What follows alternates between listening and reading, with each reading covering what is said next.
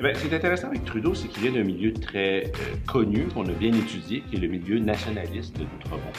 Il faut bien comprendre qu'il est à l'époque étudiant au Collège Jean-de-Brébeuf à partir de 1930 ou 32, je ne me souviens plus, jusque vers 1940, en 1940.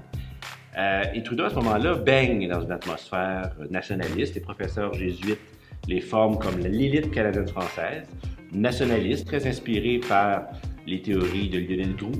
C'est vraiment l'époque de Lionel Groulx, les années 30, c'est vraiment là au sommet de son influence. Et il faut bien comprendre qu'à ce moment-là, ces nationalistes n'étaient pas nécessairement indépendantistes. Bon, c'est pas indépendantiste à l'époque, mais séparatistes. Le séparatisme va connaître une espèce de première vague importante, entre guillemets, vers 1937-38, un peu avant. Mais le climat est davantage nationaliste. D'ailleurs, l'abbé Groulx ne sera jamais vraiment indépendantiste. Parfois, il s'en approche pas mal, mais de manière générale, il demeure un nationaliste. Trudeau, par contre, il y a certaines hypothèses qui veulent que Trudeau ait été membre d'une organisation qui s'appelle les Frères Chasseurs. Donc, une référence à la rébellion de 1838.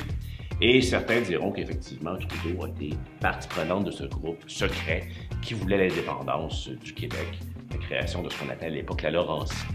Évidemment, Pierre Trudeau se retrouve à Cité Libre en 1950. Il va fonder avec son ami Gérard Pelletier. Ce sont des gens qui sont antinationalistes, et c'est pas très surprenant, dans la mesure où, les années 50, le nationalisme est, en quelque sorte, accaparé, annexé par Maurice Duplessis, qui en fait, si tu veux, la grandeur de son régime, l'autonomie provinciale. Il y a un truc, par contre, c'est que dans les années 60, on va aller tranquillement vers ce qu'on appelle le néo-nationalisme. Un néo-nationalisme qui fait la part belle à certaines idées progressistes, à certaines idées de gauche. Et là, il y a tout le courant sur la décolonisation, bref, ça bouge beaucoup. Mais les gens autour de Pierre-Éliott Trudeau, quelques irréductibles, quelques amis, et Trudeau aussi évidemment, ces gens-là, ils vont continuer à dénoncer le nationalisme. Et plus ça va avancer, plus ça va se cristalliser. Dans les années 60, il y a un événement notable.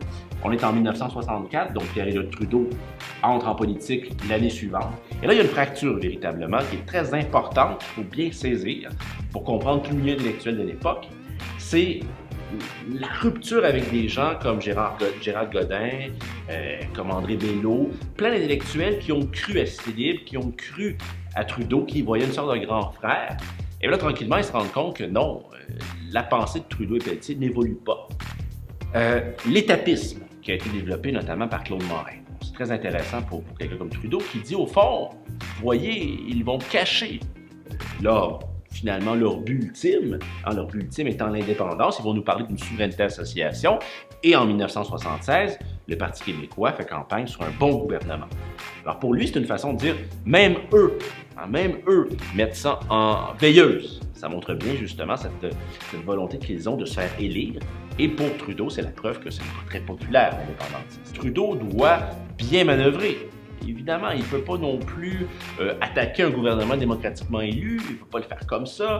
Il se dit lui-même démocrate. Il faut qu'il accepte, si vous voulez, la perspective, ou du moins la décision de l'électorat québécois. Alors, ce qu'il va faire, il va mettre l'accent justement sur ce dont on vient de parler, à savoir que, non pas que le souverainisme est mort, mais que le Parti québécois a été élu comme un parti de bon gouvernement.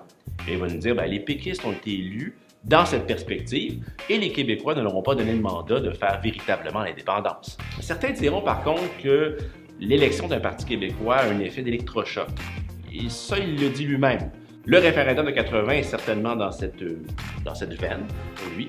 On retiendra les propos assez nobles quand même après le référendum de 80. On sait que Claude Ryan avait fait un drôle de discours assez, je dirais pas mesquin, mais qui n'était pas particulièrement... il n'a pas été construit, disons, pour réconcilier les gens. Certains diront qu'il y avait même une tristesse dans le regard de Trudeau. Comme si, au fond, Trudeau avait été lui-même déçu de son peuple. Interprétation farfelue, mais quand on s'amuse un peu dans la culture populaire, on découvre, par exemple, durant le bye-bye, je pense que c'est 1978, une espèce de fausse scène qui se déroule en 1958, où dans une taverne, on retrouve René Lévesque et Pierre Trudeau qui décident de faire l'indépendance du Québec, mais que Trudeau va devenir l'espèce d'agent provocateur à Ottawa qui va tellement mener les gens à bout que finalement, les gens vont voter oui.